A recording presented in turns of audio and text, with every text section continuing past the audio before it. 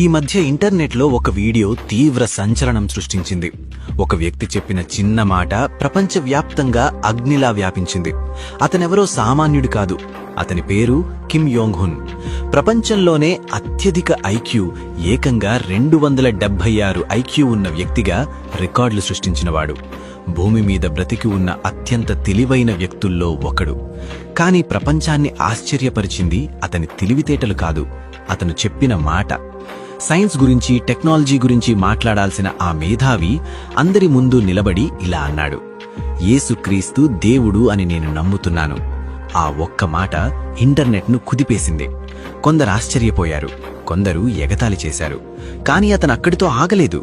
మళ్లీ వచ్చి ప్రపంచం కళ్ళు తెరిపించే ఇంకొక భయంకరమైన మాట చెప్పాడు. ఈ లోకానికి ముగింపు సమీపించింది. యేసుక్రీస్తు రాకడ త్వరలో జరగబోతోంది. ఈ లోకం ఇప్పుడున్నట్లుగా ఎప్పటికీ కొనసాగదు.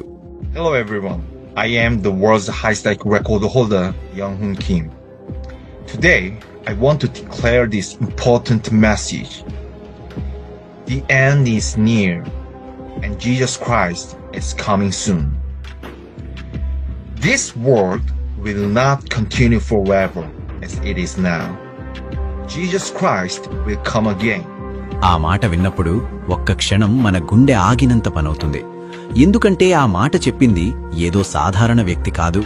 ప్రపంచం పోకడను, భవిష్యత్తును స్పష్టంగా విశ్లేషించగల ఒక మహామేధావి.